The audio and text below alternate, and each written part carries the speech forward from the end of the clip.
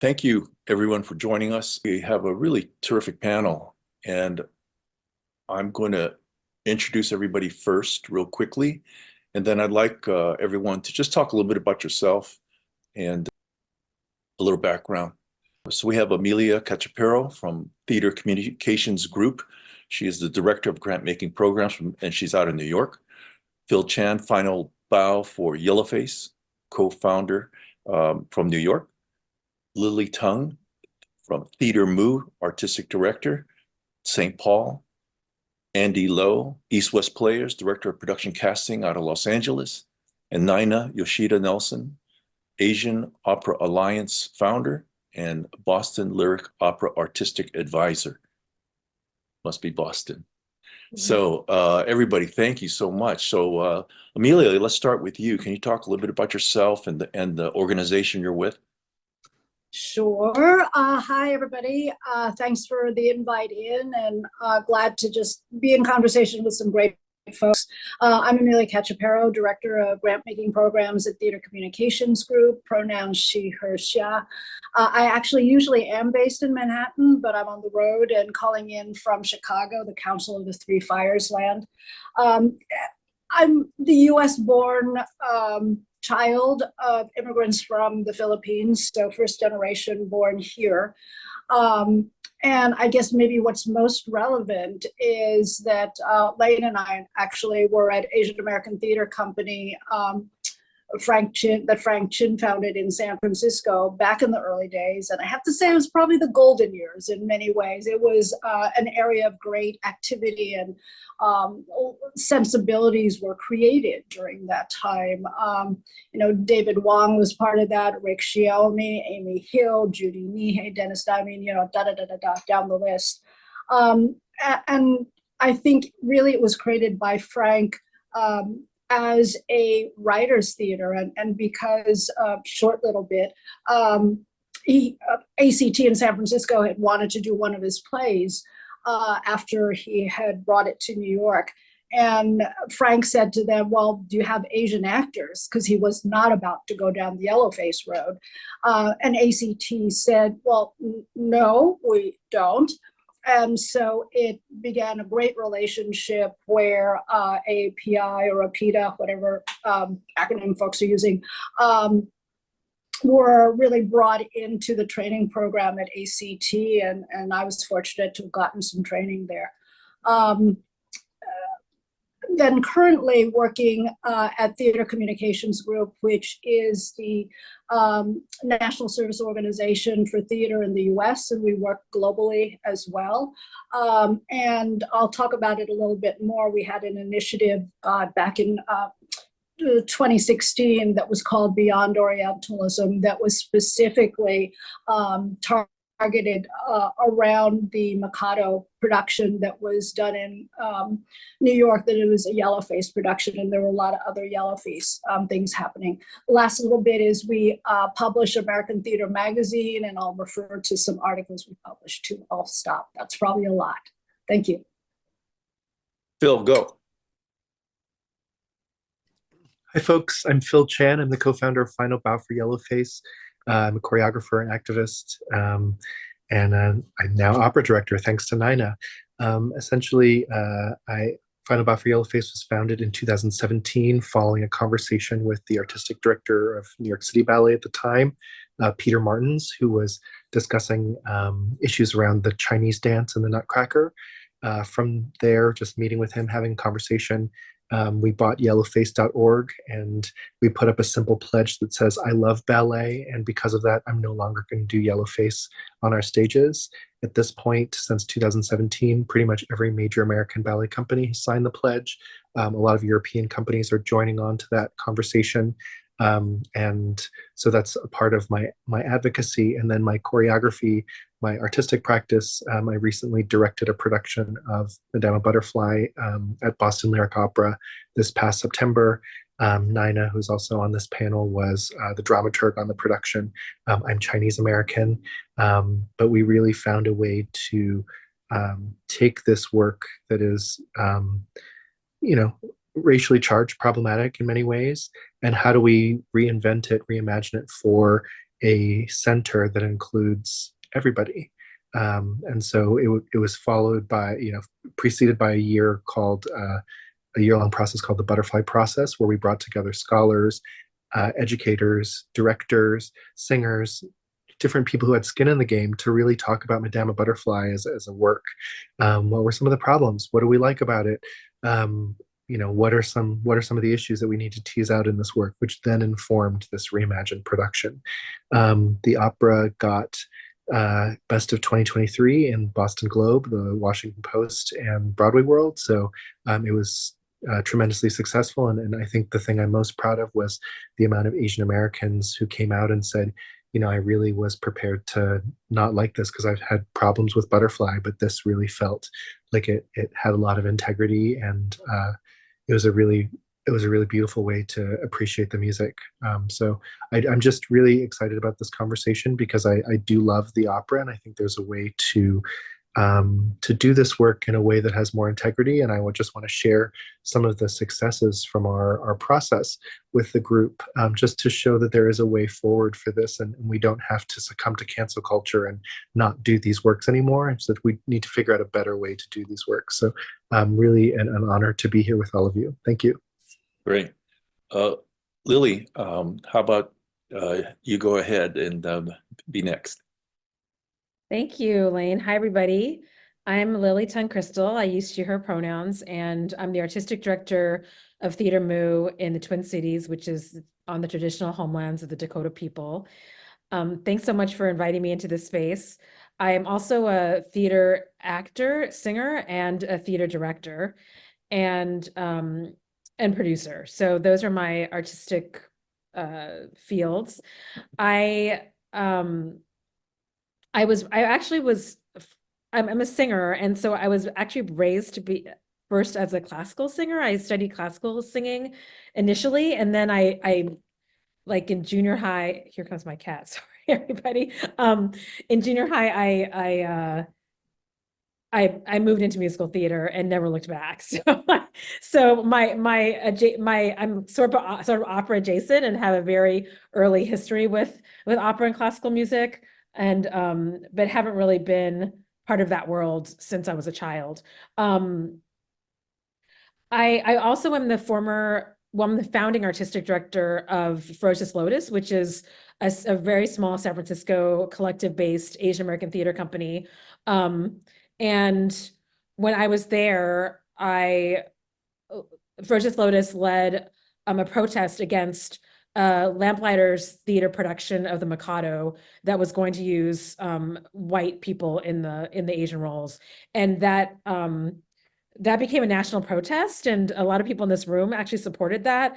And that was back in 2016. So it's a little bit upsetting that it still happens, and it's still, Yellowface is still alive and well. And the result of that protest was that Lamplighters created another Mikado that was not set in Japan, and other theaters have been doing that Mikado here and there. It's called the New Mikado. So I have some experience in the fight against Yellowface in opera or operetta, I would say. In terms of what else can I tell you about Theater Moo? We're the largest Asian American theater company in the Midwest, and we work primarily with Asian American theater artists. Our mission is to produce great performances born of art, equity, and justice from the heart of the Asian American experience. And so all our work is based on 3 pillars of social justice, Asian American stories, and high quality art. And I'm glad to see one of our former board members, Gloria Kumagai, is in the room here. So I'm pleased to see her here. Thank you again for having me. I'm excited to have this conversation. Great. Andy. Hi there. My name is Andy Lowe. I'm the director of production and casting for East West Players, where I have been for the last 11 years. But before that, I was actually in San Diego.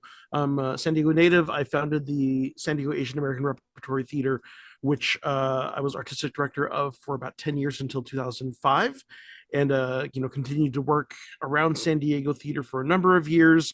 I was also one of the 5 or 6 organizers of the protest around around the Nightingale, which was a early workshop of a new musical based on Hans Christian Andersen's classic tale, um, by Stephen Sater and Duncan Sheik. That was at LOWE Playhouse.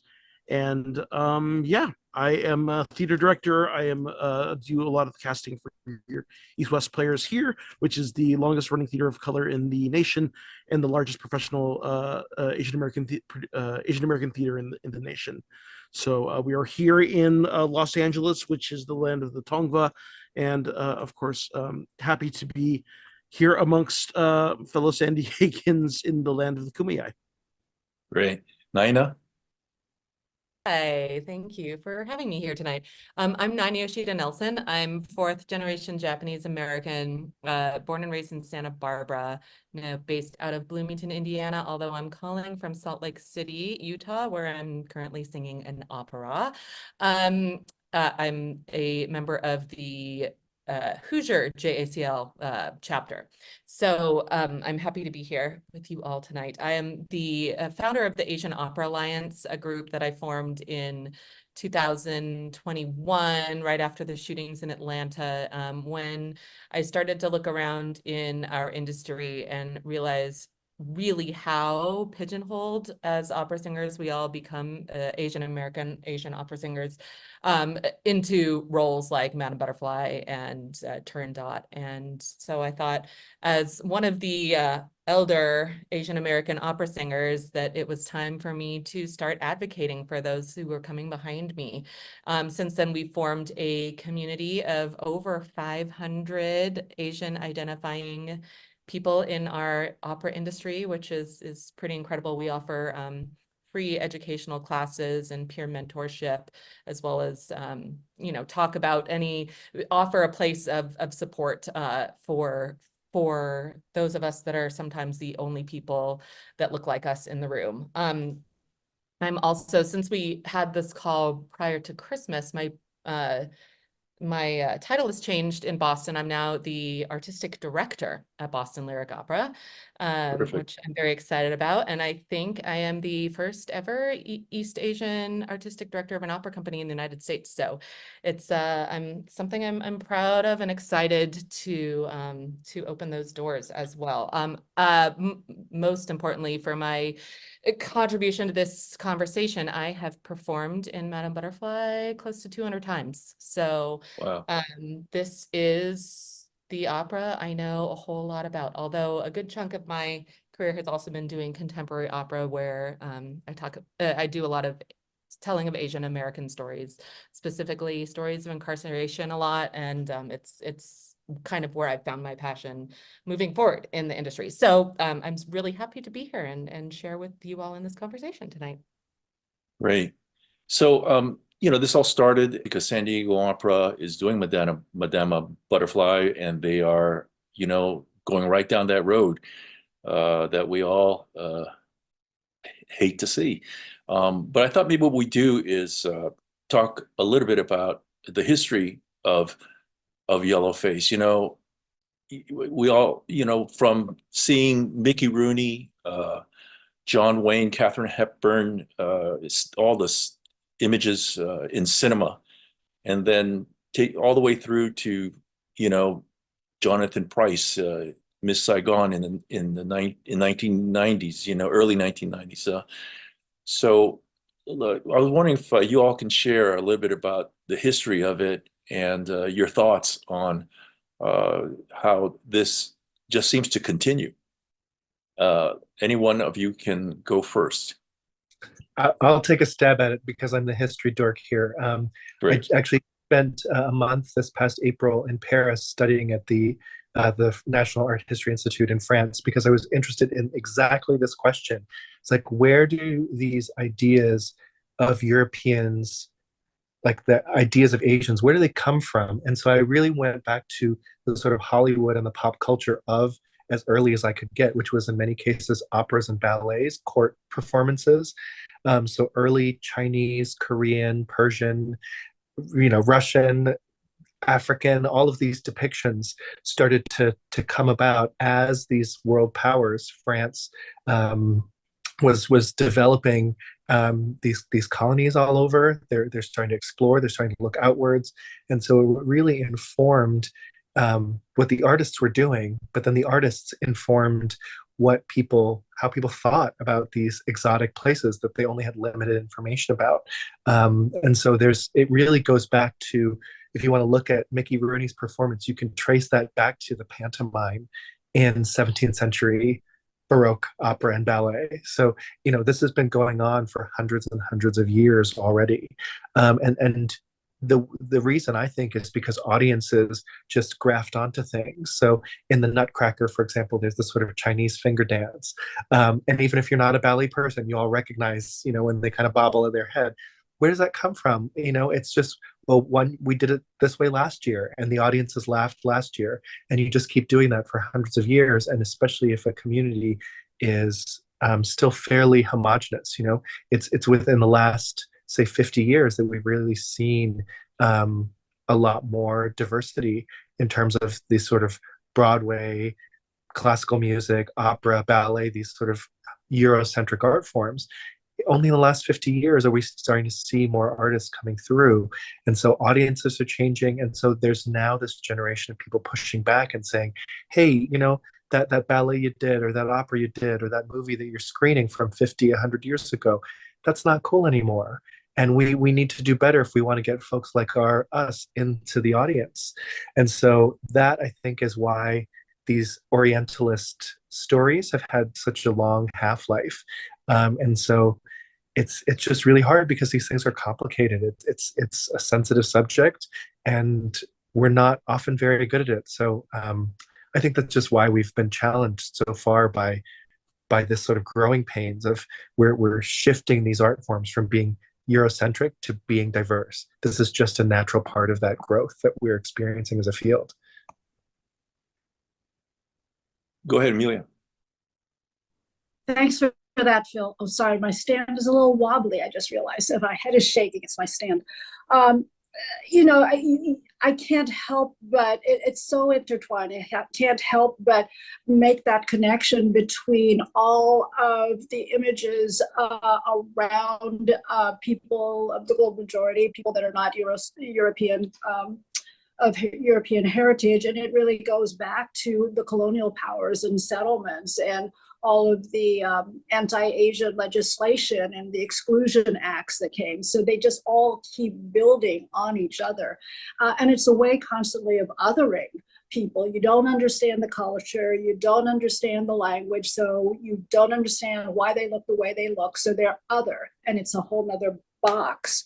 I've mentioned this in this group, but part of the Beyond Orientalism project that we did in 2016 was to create a short video that traces exactly that, a lot of the history of Yellowface in the country, both on stage and in film and media, and also goes into some definitions about Yellowface, brownface, and how these other appropriations of culture are all intertwined. So I think I sent it to Lane. Somebody could put it in the chat, or we could send it to y'all later. I'll just quickly add too. I know Esther Lee Kim recently published a new book specifically around Yellowface, and she has a lot of great research that kind of looks at the history of the practice, the effects of the practice. But I mean, kind of echoing off of what EMILYA was pointing out, is that these are archetypes that root from colonialism, right? These are things that tropes that basically were told about foreign lands in order to justify manifest destinies. So even trying to create data that would show skull sizes are smaller, or basically all to justify the purpose of proving an inferiority and a almost an animalistic quality to non-Europeans.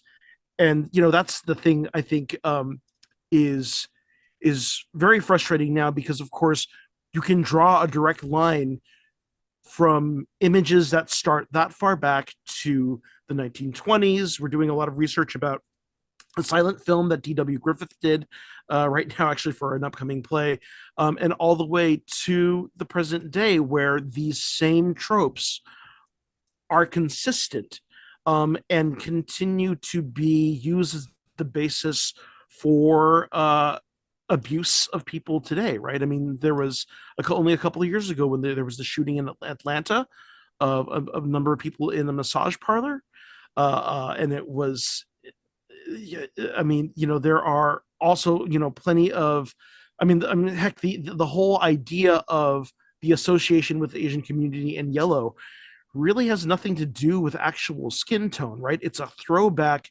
to journalists trying to associate Asian people and Asian communities with disease and jaundice, right? And we've continued it lives on today as kind of part of our vernacular. And that's the real long-term effect of these images, is that these stories further allow us to not have control of our own narratives and affect legislation, affect social inclusion, in everything that you can think of. And it's not just entertainment off to the side, or there's just nothing. It's like, it's actually how we are treated in society as a whole. Great. I just wanted to throw out there, since this is tying into Madame Butterfly and the opera. In the opera industry, there are several pushbacks that we often get when we are talking about and advocating for Madame Butterfly and some of the productions that happen in our industry. And one of the big always pushbacks is, well, this was not written for Asian singers to sing. And that is true. It was not written for Asian singers to sing.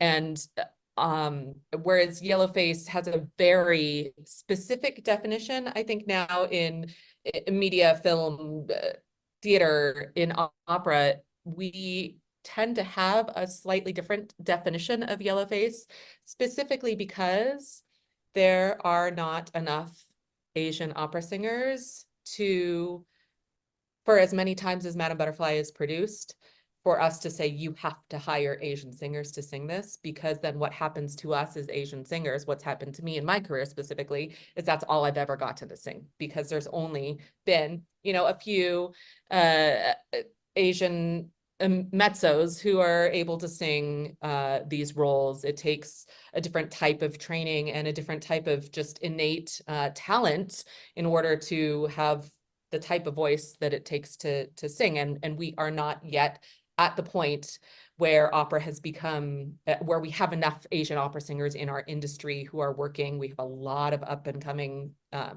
university students and whatnot, with hopes that we can someday say, yes, you should cast Madame Butterfly with Asian singers, but you should also cast us as something else. And so something that we are often talking about when we're talking in our industry is making sure that if they are saying, okay, we will cast with Asian singers, that we're also saying, great, cast Butterfly with Asian singers, but make sure you're bringing them back. If they're good enough to sing Madame Butterfly on your stage, they should be good enough to sing Mimi on your stage, and you should be bringing them back, because there just isn't enough work if we say only you must cast Asian singers in Madame Butterfly. So this is some of the problems that we have when we're talking about Yellowface within the operatic industry. And I think it's important to at least talk about. Yes, EMILYA. No, I didn't want to cut you off, Nina. I was just going to jump off what you started. Yeah, please. I was done. Okay. It actually is slightly different, but there's been a conversation actually in New York. Pan Asian Rep had a show up recently closed, Warrior Sisters of WU, where I think only one out of the cast, and it's basically a martial arts version of Pride and Prejudice. Don't want to diminish it. It's really a great production, but it's a rom-com martial arts kind of piece. And really only one of the, set in China, and one of the actors is Chinese. The rest are other Asian identities, Thai, Vietnamese. And there was an audience member who's a Chinese actor who came up to the lead, who's Vietnamese American, and said, "This is wrong. You should not be playing this role." And he countered back exactly what you're saying. You know, I mean, if I was only to do Vietnamese roles, I do Quy Nguyen's plays, but I would never work and do anything else. So I want to make a clear distinction between white people putting on Yellowface in that way, and that is clearly a problematic situation, versus what Asian artists are faced with, the lack of work and just the expansiveness of the casting that is by necessity important to create opportunities for artists. I mean, Nina, I have a question for you. When you Yeah. said that people say that Madame Butterfly wasn't written for Asian voices, like what does that mean? Like Asian voices It somehow was are not not. written for there. Like, for example, now Huang Ro, who's an Asian American composer, he says this is written for an Asian American singer to sing this. Madame Butterfly was written for an Italian singer. You know, in a time where it was traditional for Italian singers to sing and also put on Yellowface. And The so Japanese singers didn't sing like that either. You know, yeah, like there was one woman close at, like, soon after the opera was written, a Japanese woman who sang, she said 1,000 Madame Butterflies, but it really wasn't there. And even now there aren't enough of us to sing only in Madame Butterfly. Literally, that's what we only will get to do, because if we say you have to cast Madame Butterfly. So in the opera industry, where we talk about Yellowface, usually with Madame Butterfly, is if you must be able to talk about and justify how and why you've chosen to cast who you've cast. B, no changing of facial features. If you're hiring a white person to come in and sing Madame Butterfly, no changing of skin tone, facial features. We encourage, if you're going to put them in a wig, put them in a wig of their own hair color rather than a, you know, jet black wig. And so, but as far as having a white woman sing the role of Madame Butterfly, we have found that if we say no white women can ever sing Madame Butterfly, oftentimes the pushback is, well, should an Asian woman be singing Traviata? Or, I mean, there's a lot of nuances, but a lot of it also has to do with just there aren't enough people. And Madame Butterfly is a huge ticket sales. You know, it's one of the top 5 operas that actually sells tickets. And so if we cancel Madame Butterfly, we're canceling, you know, a good portion of our tickets for the season. So it's pretty nuanced, and rarely do we hear companies pushing back completely. But, you know, in the same sense, when I first started singing Madame Butterfly, I was like, well, you know, I've never worn a kimono before. I have personally no ties to the Japanese culture of, like, in Japan. And to me, it was like, I had to learn in some ways how to be Japanese on stage in order to play that role. So it was, you know, often I was like, well,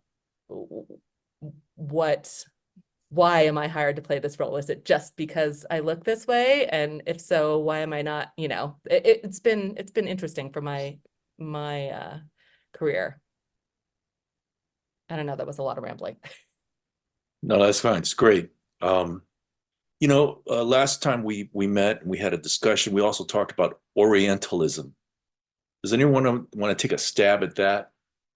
Discuss that, because I'm sure a lot of people who are going to be viewing this later really don't know exactly what that term describes.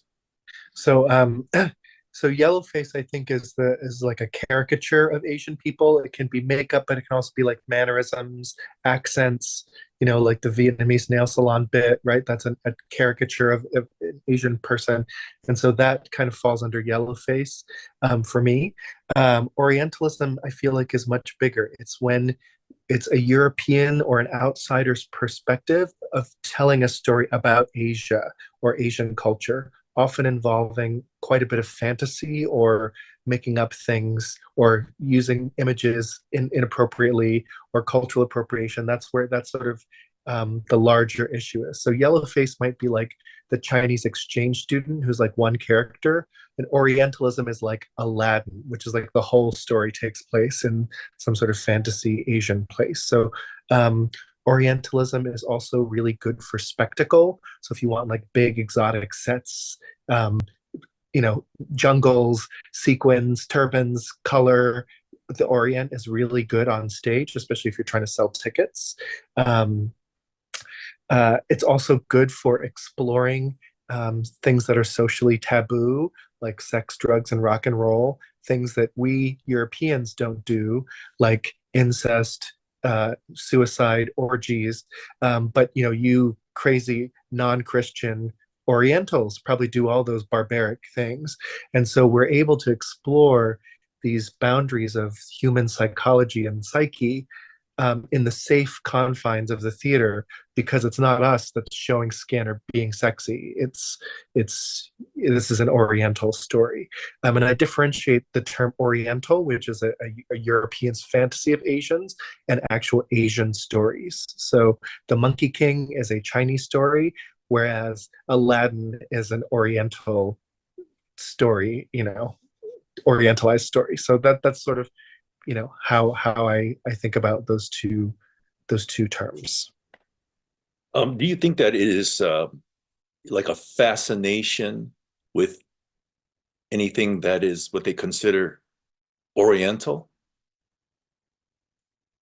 Sure. There's hundreds of years of vogue for chinoiserie, things from Turkey, Japan. I mean, it's all tied in with trade and global power and politics, and it's again, it opens up a huge can of worms about sort of European consumption of Chinese culture, whether it's the Silk Road all the way to uh, contemporary fashion designers, and talking about what does it mean to wear wear a kimono as a white woman, as part of like in 20s that was a real thing.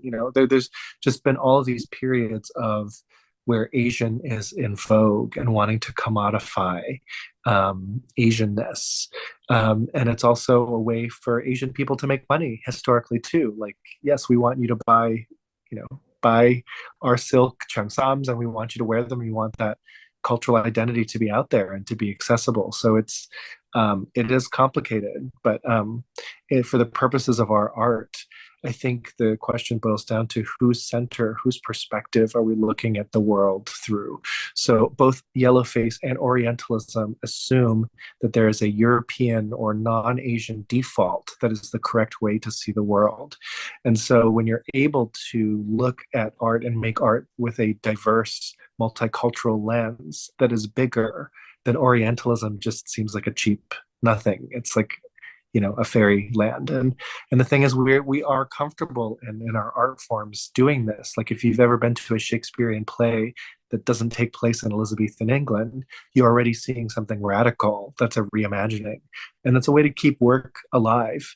Nina and I did this process with Madama Butterfly for Boston Lyric Opera, where we first examined the opera through the butterfly process, a year-long investigation, and then we decided to set the story in 1940s in America, and to really center a Japanese American experience, as opposed to trying to excuse the white gaze of Puccini's music. And our challenge was to keep the music intact, which is what people like about this work, and find a congruent story that doesn't center an Italian's version of what an American naval officer and an encounter with this sort of Japanese geisha prostitute who's 15, what that would have looked like the idea was let's the music is the good part. So we found a congruent story working with Nina, to think about, okay, what else could it be? That's my favorite creative prompt. And so what else could this geisha be? Well, geisha in Japanese means artist. So what if she's a jazz singer? We started working with Arthur Dong, who is an incredible documentarian who told us the story of Forbidden City, USA, in his documentary about these nightclubs in Chinatown that were Asian spaces, and they played with that Orientalism and that appeal, but also they were all American sort of jazz clubs. And playing with that as the sort of first act of our opera, and then taking Japanese incarceration as the locale for our second act. And we're able to keep the music intact, but tell a story that centers an Asian American experience. We were able to weave in family photos of the creative team. Our creative team was an all Asian creative team, a lot of Japanese American, a lot of women on our creative team, just because that's who the opera is impacting the most. And so we really wanted to center not only the characters and the work, but also the creative team around that. So that was a little bit of our process there. And yeah, it was a beautiful experience, and it was a way forward for this problematic opera to say, we're not going to just cancel it.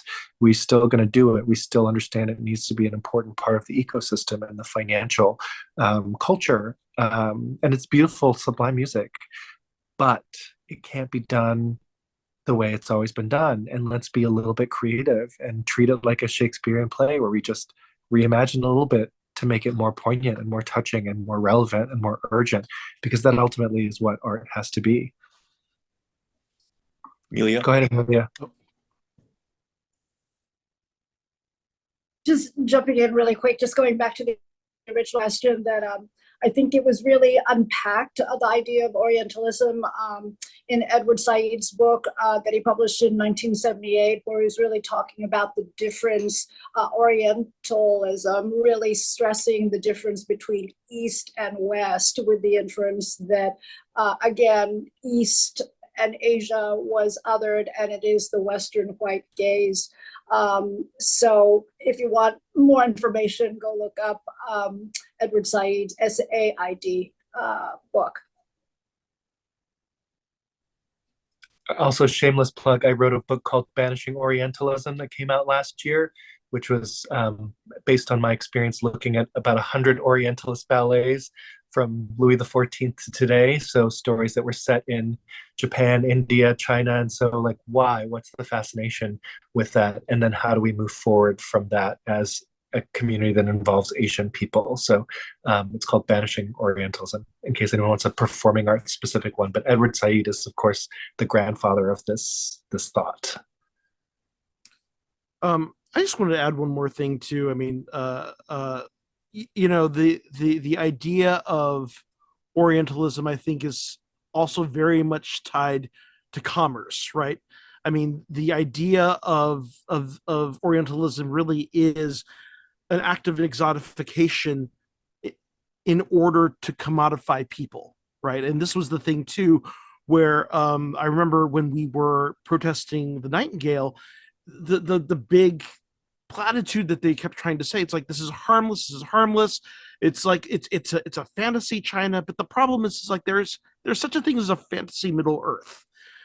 There isn't a fantasy China, there's a real China, and there are real people and real aesthetics and design elements and human lives, and you know, something that is at the core of this. When we get into representation in the arts, it's still the thing that, particularly in the United States, where we are still, you know, at best, you know, what are we, like 7-8%, maybe lower, in the United States.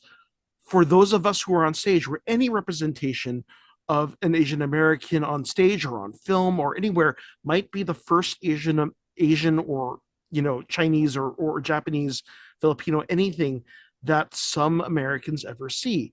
And that representation is important. That's that first impression is what will define interactions with Asia and Asian Americans throughout the rest of those people's lives. And so in terms of what images and what archetypes are upheld, that's the real the power of Orientalism and why it still persists, right?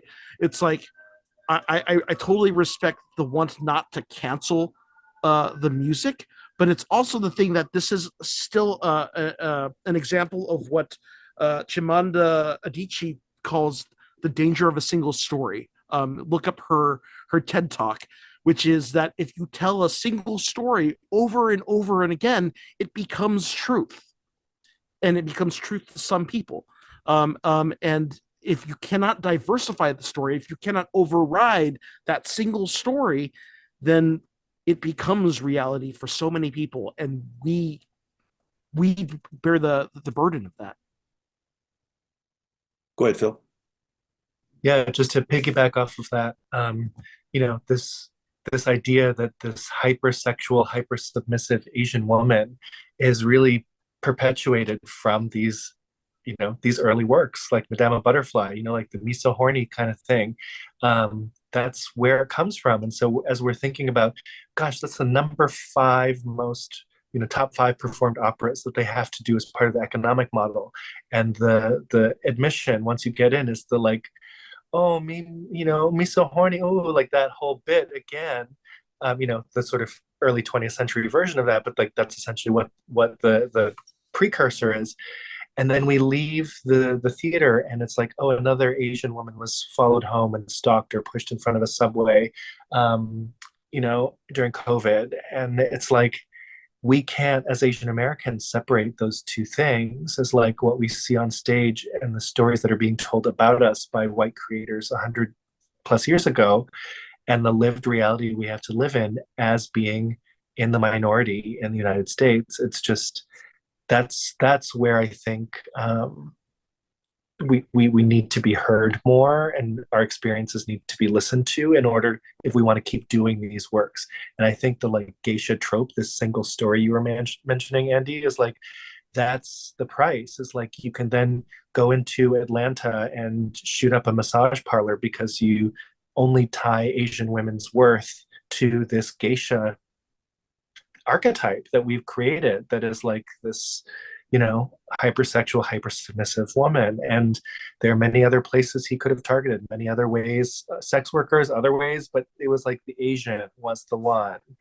And what's that about? And I can't help but wonder, like, if Madama Butterfly wasn't just regurgitated every season, because we need the money, if that didn't contribute in some way. And so that was definitely on my mind as I was working on that. But that single narrative, that single story you were mentioning, Andy, is so true about what Butterfly reinforces every time it's done in a traditional way.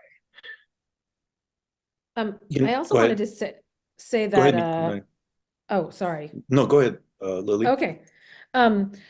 I also want to say it's so insidious because it's not only Butterfly, it's not only the opera world, right? It is transferred wholly into the theater world with Miss Saigon. And I mean, that show is so, it still gets done. I think Theater Mu has protested it 2 or 3 times at least in our history. And luckily the last AD of our Ordway met with me when I got to Theater Mu in 2019 and said, I just want you to know that we'll never do Miss Saigon while I'm here, because it was such a big story in the history of our theater, and the history of Minneapolis St. Paul theater. And theater is like a really big industry here. But it's the other thing I'll say about Miss Saigon is that it's really affected, I think, so much of the history of Asian American theater and the roles that are available to us and the stories that are told. And I remember when they brought it back in like 2017 maybe? They brought it back on its, or maybe it was 2018. I think it was like the 30th anniversary or something. And I went to see it and I left at intermission because I was like, wait, you've had 30 years to reimagine this piece and it hasn't changed. Like, I thought maybe they would do something different or like bring it forward into the 21st century. And I was like, they did nothing. So it's really shocking to me how those stories continue to like they continue to stay the same in their Orientalist structure, and they continue to like make money. And I mean, I shouldn't be so shocked, but I think because I live in this like bubble at Theater Moo where our whole staff is Asian, most of our artists are Asian, like then I come out in the world and I realize like it's still the same as it was, you know, when we were protesting Miss Saigon in like the late 80s, early 90s. Nina, did you? Yeah. Yeah, this is really interesting food for thought, and I think a lot about the idea of singular stories and something, again, bringing this back into opera that we have a problem with is how do we create new pieces of the canon, right? And oftentimes I tell a lot of contemporary Asian American operatic stories, but it's where's the money for those second tellings and third tellings of those stories in order to, and where are the people who are the reviewers that are people of color who understand what we're trying to do on the stage in order to make sure that these pieces then become part of our canon so that there can be more stories that are told in our canon besides Madame Butterfly. But if we look at like what Phil and I did in Boston, we took a year and a half of resources and time and energy from the company to talk about it alone before there was any talk about investing in a new production where we changed the storyline, changed the outcome, changed what we saw this Asian woman doing on stage. And then that one production, once we did actually finally create a production, was close to $1.5 million to create this production, from building, from set to costumes to lighting. And my fee. And Phil's fee and the orchestra and the, you know, everything that goes into creating an opera. And whereas in theater, Broadway, working in a different model, opera, we do usually 4 performances. So what ends up being is our earned revenue ends up being about 10% of our budget, and the rest of it is contributed revenue.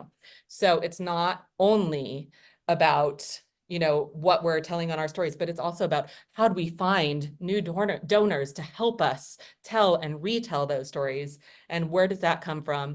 And if we have the same donors giving us the same amount of money for the same stories to be told over and over again, you know, how do we actually change what our canon looks like? And this is a question that we ask a lot. And as we do start to tell some of these stories in different ways, we do often as well lose some of those donors that have been helping sustain our art form. And so how can we change what we're telling and also find a way to pay for it at the same time?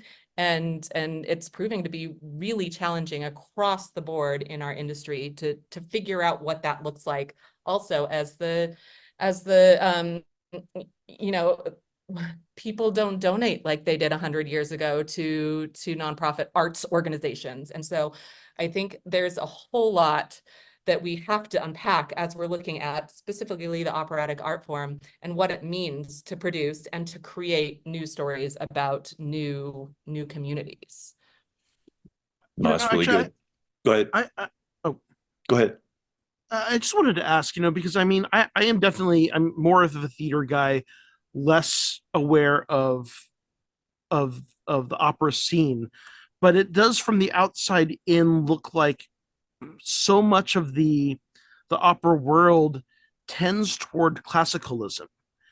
And I've always kind of wondered, is that kind of the source of the kind of why opera is somewhat behind, say, theater, the theater world? And you know, just kind of curious, what is the wheelhouse or the pipeline for new opera and new works? Like, is there demand? Is there? There's definitely demand, and it's happening all the time, but everyone wants to do a world premiere, and everyone wants to, it's easy to fundraise for a world premiere.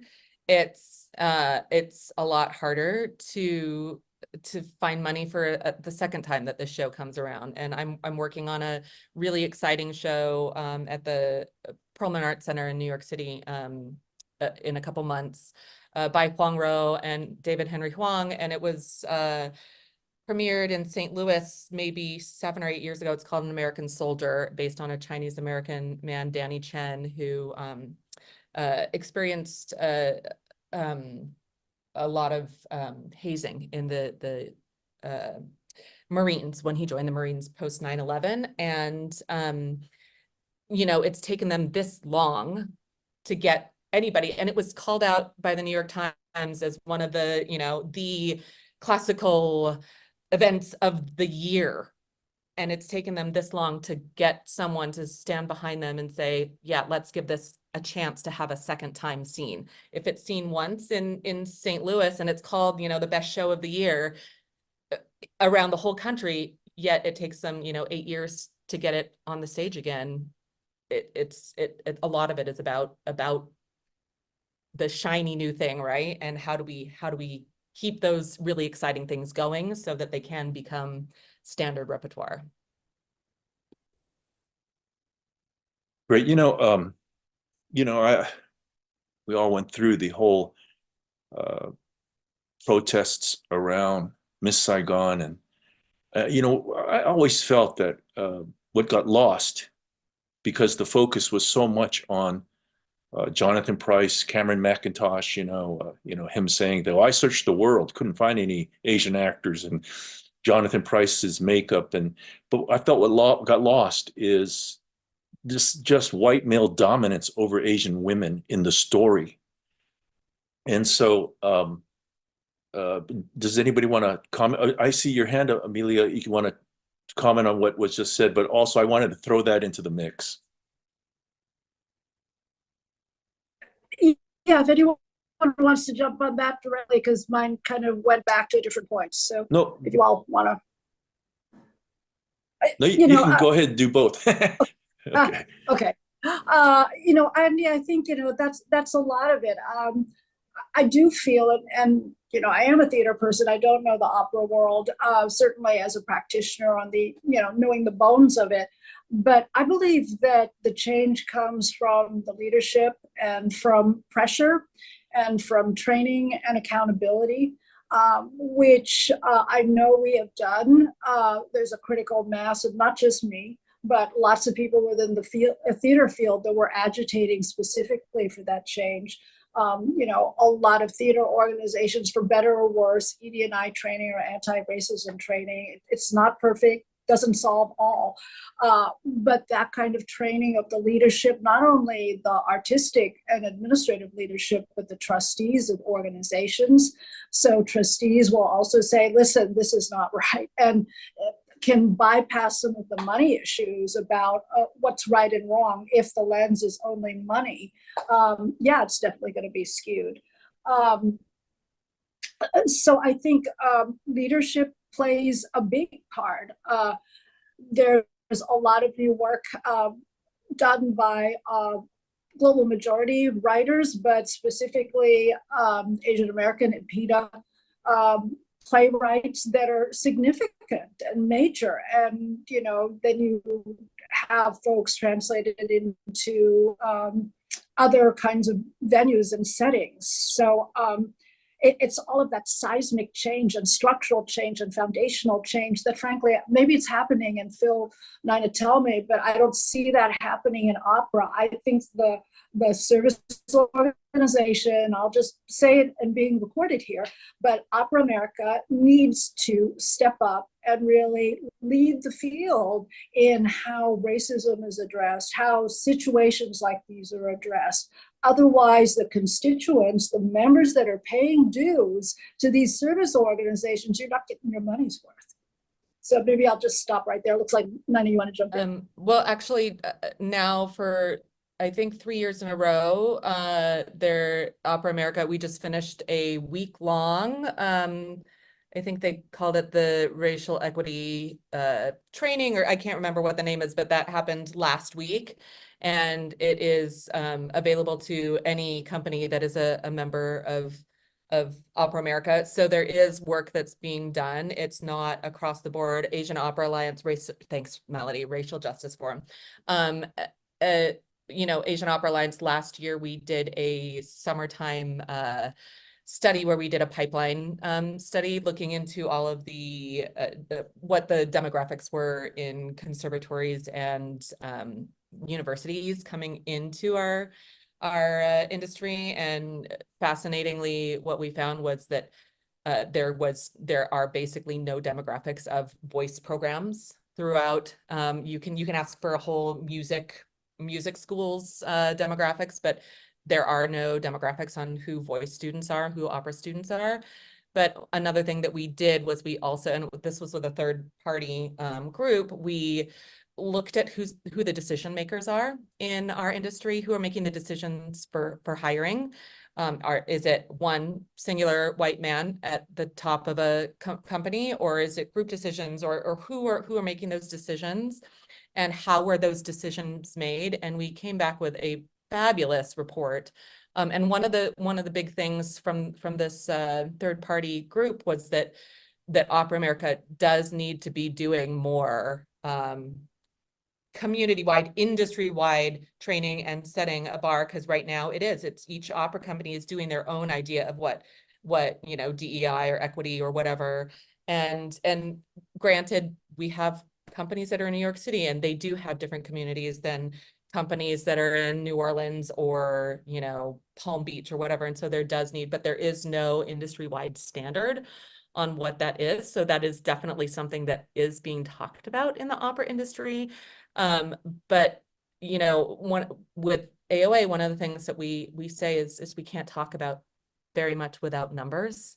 And we're just right now starting to collect numbers because we don't even have data yet. There hasn't even been a place where we can say, here, this is what it looks like. This is what our industry looks like. And so we're behind, but with data, we can then measure, we can have a starting place, and we can measure and see where we're going. And I think that's something that Asian Opera Alliance we're really trying to encourage. And maybe just jumping in there too. I mean, I think, what APAC has done, Asian American Performing Arts Alliance has done with their study of particularly Broadway and commercial world, who's working, who's not. I mean, those are numbers there. And I don't know, Nina, if you're connected to those folks, but I think to maybe shift the lens, if there's somebody within AOA or somewhere else that can do a similar study, those numbers, especially over years, provide so much leverage. And I think that's one of the reasons also that a lot of theater leaders within the field, they're accountable. Their names are on those studies. Those productions are on their studies. Yeah, we're going into our third year this year of collecting and publishing casting data on AOA's Instagram and Facebook. So we take the month of May to collect the top 20 opera companies in the United States and report on the casting data of how they announce their seasons and what their seasons look like. And so we're, it's year 3, but we're getting there. Bill, did you want to add? Yeah, I just wanted to chime in about this idea of service organizations not supporting us fully. Andy was mentioning that we're 7% of the U.S. national population. So maybe, again, no shade to any of these service organizations, but a lot of them look at their budgets and they say, well, 7% of our annual budget is, say, one panel during the month of May for API Heritage Month, checkmark, all Asian issues are solved. When just because we're a smaller demographic doesn't mean that our issues are any less complex or specific. We are not niche, we are specific.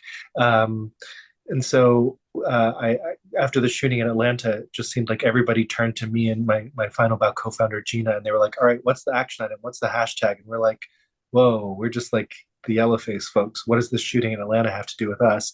But then we realized, oh, we're like the Asians in the room. And we weren't really set up to do that and to fulfill that space as 2 people on a website. So we got together, we've since built a board. We started the Gold Standard Arts Foundation, which is this larger umbrella service organization to really support Asian creatives. So we have education programs. We just had an incredible program last night, actually, about a non-Western creators forum. So like, how do you operate as an Asian artist that is not in the ballet space, that is going after the traditional New York Times, Ford Foundation grant kind of track? If that's not your practice, how do you survive in this ecosystem? But we also do things like grant writing while Asian. Like I just led a forum. Okay, so you want to talk about your identity in your practice, and how do you write a grant knowing that somebody might not, on the reading side, understand anything specific about your heritage and culture? So what kind of language do you have to use to make sure that your story is both specific and universal to get you those dollars to keep supporting you as an artist? So what does that actually look like? And yeah, we had to create our own table, to create our own service organization, because we were not being fully served in the specificity that we needed as a community. And so I think sessions like this are super important, making spaces like this to really talk about it, because I think we need the resources as communities. You know, one thing I just kind of want to say too. I mean, I listened to all this, and it's great stuff that we all in our communities are doing, but I want to make it clear, this is not our job. This is their job, right? If you want to do Madame Butterfly, then you need to invest in developing Asian American talent that will fill those casting calls, right? And that's the hard thing, because it is a numbers game. It's how much investment you're willing to put in. And so this is the example I always kind of point out, right? So when East West Players, of course, an institution that exists to uplift Asian American artists, right? When East West Players decides to do a production of Next to Normal back in 2017, and this is, of course, a musical that is not traditionally performed by an Asian American cast, but we put in the casting announcement, we're looking to, cast an Asian American family for this, right? Regardless of the character description, we received maybe about 800 submissions from white women submitting for the teen white girl lead, right? Or the teen daughter lead, compared to, the 150 to 200 Asian American actresses who submitted. And that's the numbers game of, if I were not an Asian American casting director who was invested in finding the Asian American talent, you can imagine like the other traditional casting houses that are sifting through the headshots and resumes, and what headshots and resumes get pushed out just by the sheer volume and the audacity of and entitlement of white actors who have the expectation that they can submit for anything, right? The other thing that I always like pointing out is that same submission call, right?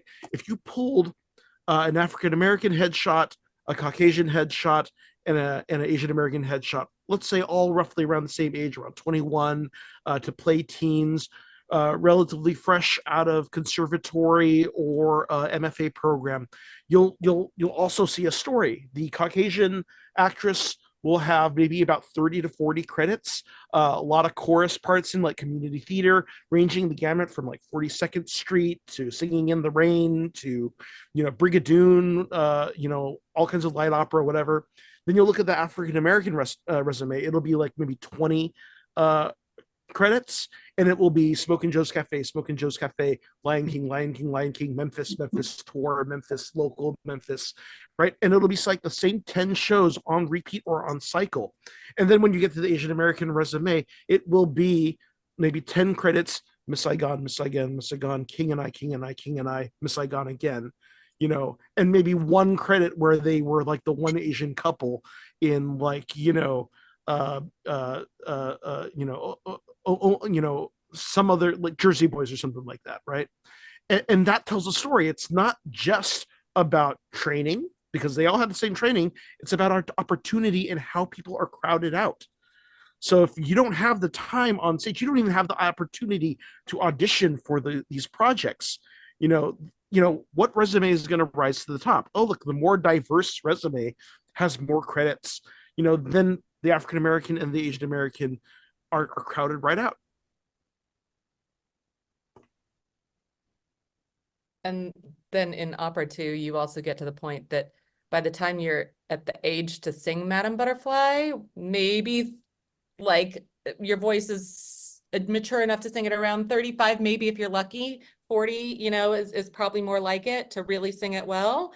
How have you been able to afford to stay in the industry long enough in order for your voice to mature well enough to get to the point where you can sing it? I mean, for me, it was the same thing. In 10 years, I had sung 150 Madame Butterflies and I had sung 3 non-Asian roles. And I'm half Japanese.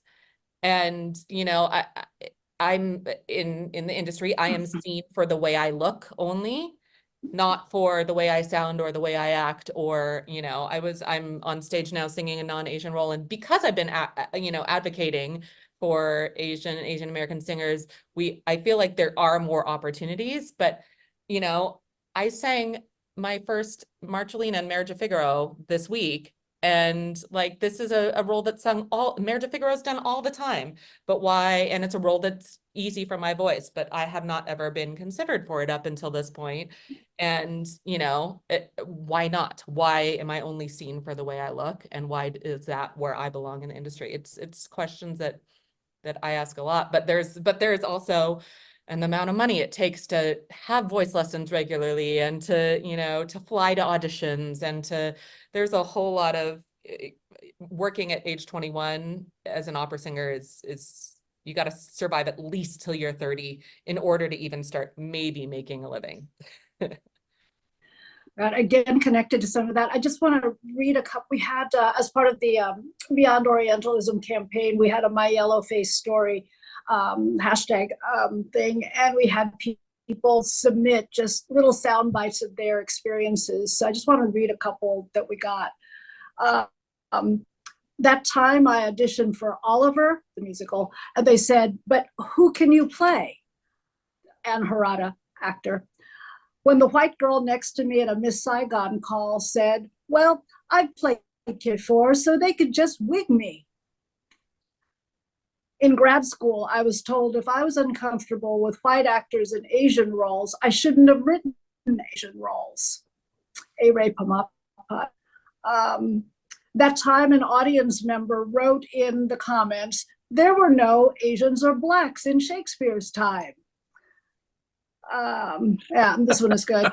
That time, I was told I couldn't be seen for My Fair Lady because I was Asian. And I already won my Tony. That was Leah Salonga. Yeah. Really good stuff, folks. I was thinking about this is, we're talking about opportunity. Another thing that came up a little bit early on was colorblind casting. That seemed to kind of be really popular for a while, and it kind of died down. And so I was just wondering, because I've been out of theater now for quite some time, just been involved in film, and the fact that somebody says you're Vietnamese, you shouldn't play a Chinese character, but I remember back in the day when we were trying to cast different plays, and we kind of had our own colorblind casting because we wanted to make sure we gave all of our Asian American actors work. So comment on, this, the opportunity versus work versus colorblind casting. Sure, Phil. Yeah, I think there's 3 different ways of thinking about casting. The first is colorblind casting, which is this idea that anybody of any race that looks any way can play any part as long as they're the best person for the part. And which sounds good on paper if you have general equity across the field where there was a level playing field to start. The problem with that strategy is that it's also often used as well. We were looking for an Asian singer to sing Butterfly. We couldn't find one, so that's why we hired a white woman in Yellowface to do it. Another strategy is colorful casting, which is trying to say, well, if she's supposed to be an East Asian presenting woman, we need to hire an East Asian presenting person to play this role. And as Nina was highlighting earlier, the downside of that is, well, then you're pigeonholing Asian artists into only singing those roles and they don't sing anything else. So, oh, you know, you can't win there either. There's a third color casting strategy, which is color conscious casting, and that might be casting against or in awareness of the performer's race to make that part of the statement. So, for example, if you were doing Othello where the community was Black, but Othello was white, that would be a color conscious decision. Or Hamilton, where they're casting men of color as these American founding fathers who were white people, historical figures, but making the conscious choice to cast men of color, people of color in these roles to say something specific about race. So those are the three strategies. And you really, it's not just like every show you can only use one of those strategies. You might have to use different strategies depending on different characters. So, you know, if you were doing, say, Othello, well, Othello's character, the whole point is he's Black. So maybe we have to be color conscious when we cast that role, whereas his love interest, we can be a little bit more colorblind because it doesn't really matter quite as much. Or there's the politics of other parts of the story. It doesn't really matter, you know, what their race is. So even in a single show, you might choose to cast a character with a different casting strategy depending on, you know, who your audience is and what you're trying to say with the work. But it is an elegant tightrope that you have to dance. Oh, Andy, you want to chime in about wedge casting? Yeah, wedge casting, I or at least I call it wedge casting, is when they basically try to gloss over the acts of Yellowface by casting other people of color or white women, thinking that they have you know, crossed their T's, you know, and that's how you get Tilda Swinton as the Ancient One, as a Tibetan monk in a Marvel movie, right? That was also the thing where we had you know, African American actors playing the, you know, the Dowager Empress in Nightingale. But yeah. Nina?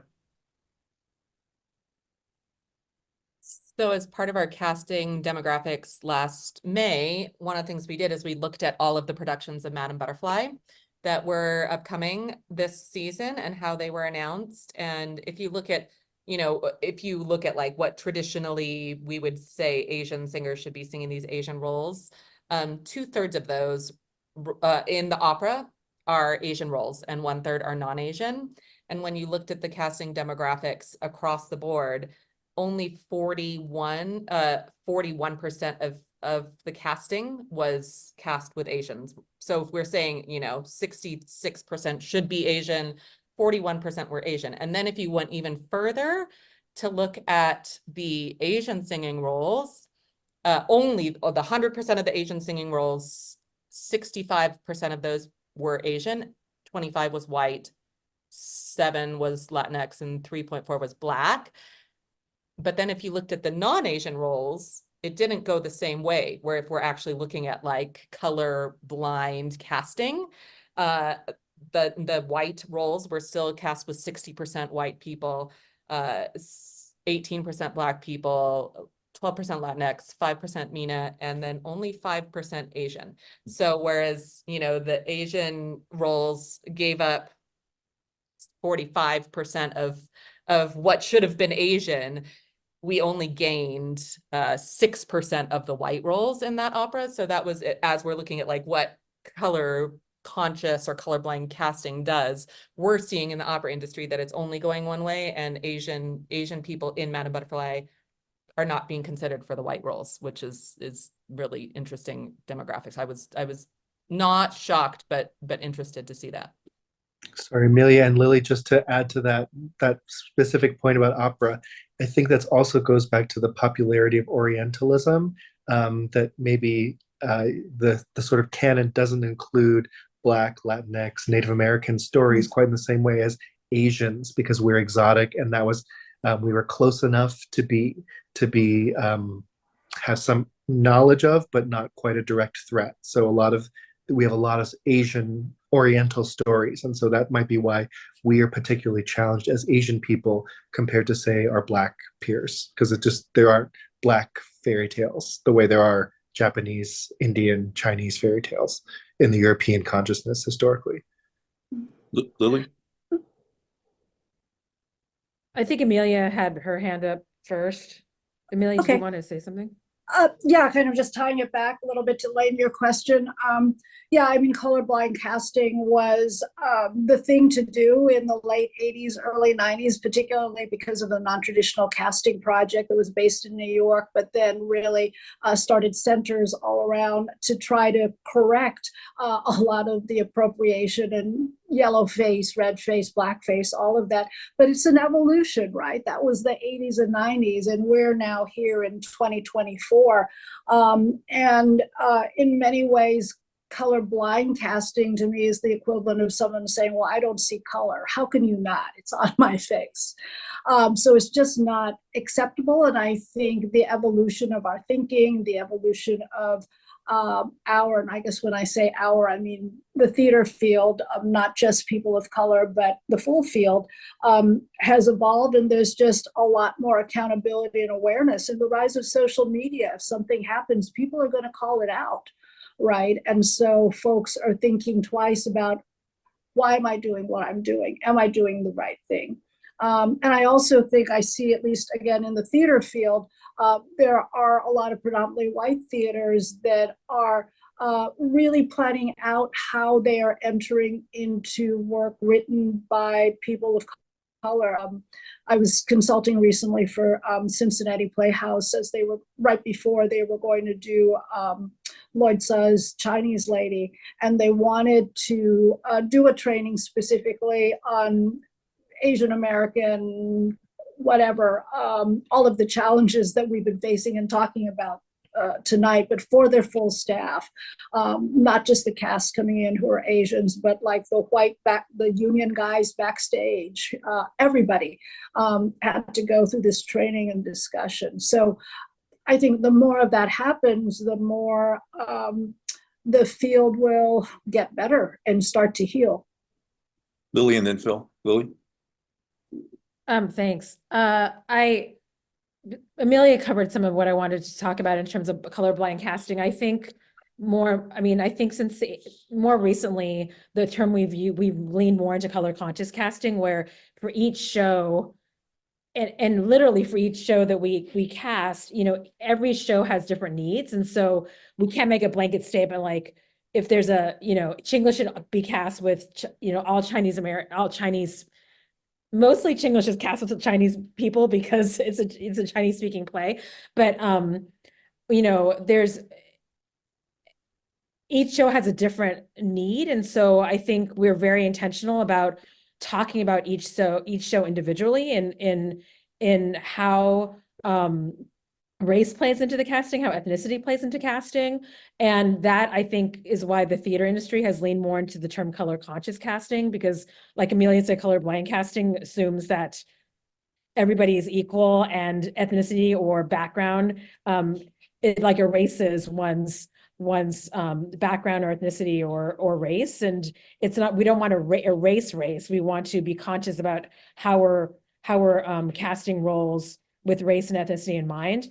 And one thing that I wanted to say, which may be a little bit more in theater, because I live in theater and I don't know as much of what happens in opera. I think lately the conversations within our own community, within the Asian American diaspora itself about casting is complicated. Like Emilia and Lane mentioned the actor who was Vietnamese, and a Chinese person said to him, a Chinese actor said, "Oh, you shouldn't have played this Chinese character." And most of the conversation is that, yeah, I agree. Like, just like white people can play French, can play English, can play German. Like, I do think that Asian people should be able to play the diaspora across Asian America. But Theater Mu is going through is undertaking these very complicated conversations about casting across our diaspora, because we're at a really different we have a very different Asian American diaspora where the primary group in the Twin Cities is Hmong American and Southeast Asian. So that group has often said, well, the East Asians get all the work, because a lot of the Asian actors in the Twin Cities are Korean adoptees. And so they've, like, historically in the last 10, 20 years gotten most of the work here. And so when someone writes a Hmong play, like when Katie Kalbang, one of our Hmong American writers, and she's a Mu like legacy artist, when she writes a Hmong play, and she doesn't cast it Hmong American, then there's an uproar in the community, because they feel like they've been so marginalized that the East Asians are taking away their roles. And so the last new musical we did of hers is called Again, and it was about two Hmong American women who and their journey through cancer. There were three Hmong American female characters, and it was very important to her and the director, Nana Dakin, to hire three Hmong American women to play those roles, and that's what we did. And while we didn't follow like the traditional standards of American musical theater, what we got from putting those actors on stage, and for the Hmong American audience who came to see the members of their own community step into those roles, something magical happened, where, because it was such true representation, for that particular play, it was the right decision to make, and how it impacted their community. So I've been watching this conversation about Asian American casting within the Asian American community, and it's a really complicated conversation. And I think while most of the Asian American artists would argue a certain way about it, there are a number of Asian American artists, not only in the Twin Cities, but across the nation, who might say, for certain situations and certain shows, it is very important to cast someone from that ethnic group in that role. So I just bring that up because I think that's what we call it, color conscious casting, is every show has its own needs. Phil, I know you said you have to leave. Did you want to add something before you go? I just wanted to share a structural, practical difference between theater and opera and ballet that might be useful context. So in theater, if you're doing a show, okay, we're doing a show, it's 5 Asian American people. We go out and we hire 5 Asian American actors for the run of this play. Not so if you were an opera company or a ballet company. You have a corps de ballet, and those are like the 36 dancers that are contracted for the company, and there's 3 Asian women out of those 36 dancers. And so whether the story is set in China or Mars or Europe, it doesn't matter where, that's your cast. And you've got to be able to tell all those stories. Same with an opera company. When I came to direct Bielow's Butterfly, it was like, well, how many Asians can I even get? Because AGMA has, like, these are people who are contracted and they have a union, and they're protected to get a certain amount of work with the company.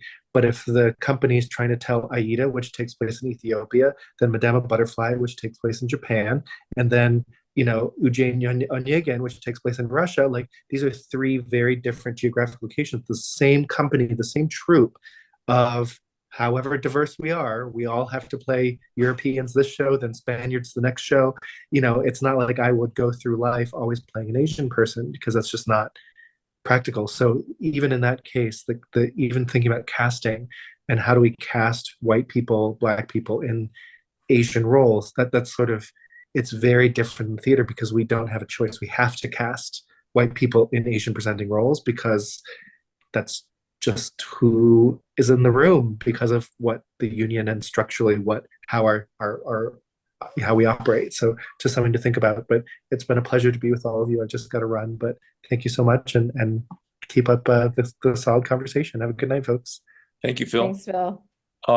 Yeah, we just got a few more minutes. And so, this all came about because San Diego Opera is their production of Madama Butterfly is next month. And they have cut off all communication with San Diego JACL because we asked the hard questions, right? So I don't know if you have any suggestions of what we can do, or what maybe might be suggested to communicate with them. I don't know if they'll even listen to us, or maybe they might listen to members of this group. Any thoughts on that?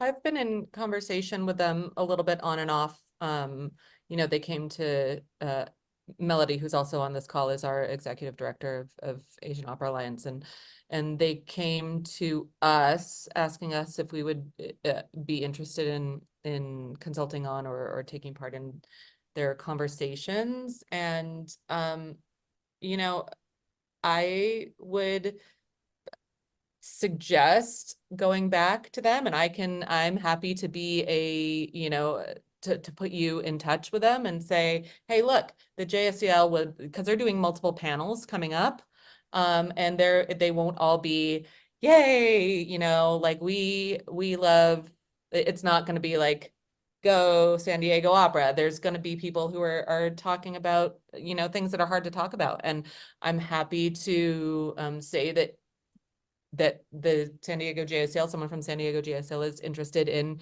talking on one of those panels and asking some of the hard questions. And and I encouraged that with them before, and we can talk offline about, I think we did a little bit already, but I'm happy to reintroduce that if you would like to. I think it's important that we ask the hard questions, and that community members are given voice to speak about the concerns, and that they're able to answer some of those hard questions.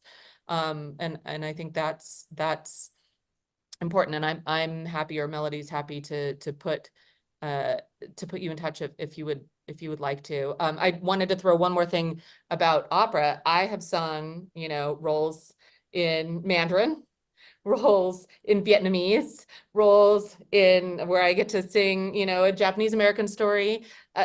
There aren't enough of us in the industry working as professionals yet to be even seen for anything other than Asian.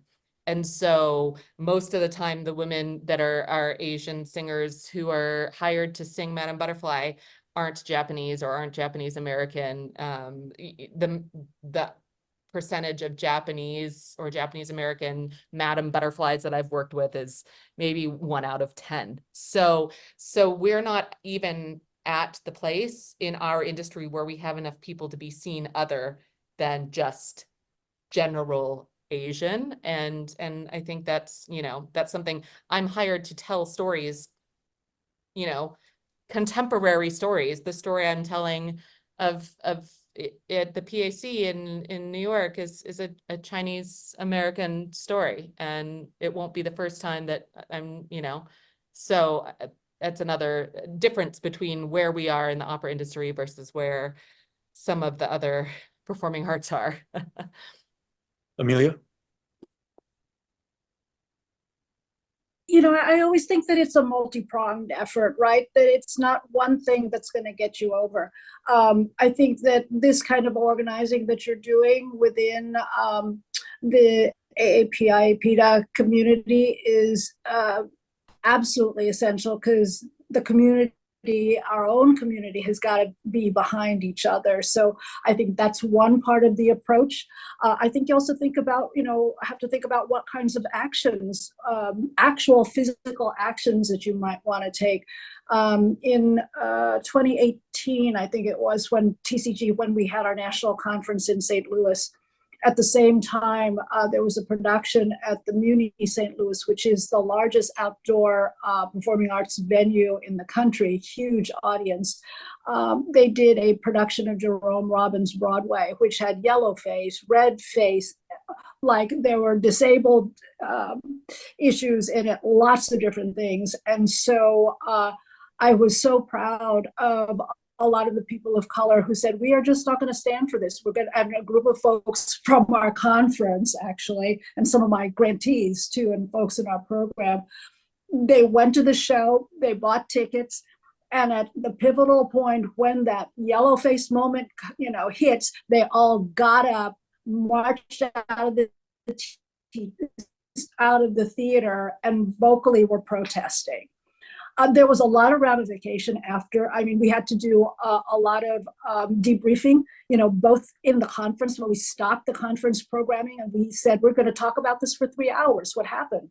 There are some people who agreed, some people who didn't, but it was a very specific action. And then I think, with the service organization, again, this is part of the long game. Opera America, it would be great to do a panel on why this is not a cool thing to do, Yellowface, the history of it, the impact on the community, how it hurts, not just the artists, but all of the folks who are community members and audiences. So I think multi-pronged would be the way to go. Our Opera America conference is in LA in June, but we are definitely also, these are panels that we're doing through Opera America. We did them last year at the Opera America conference. We do them online with Opera America. So it is happening. It's happening. And it will happen at the conference this year. So it is. Maybe we're just not loud enough, but the work is being done through Opera America. Great.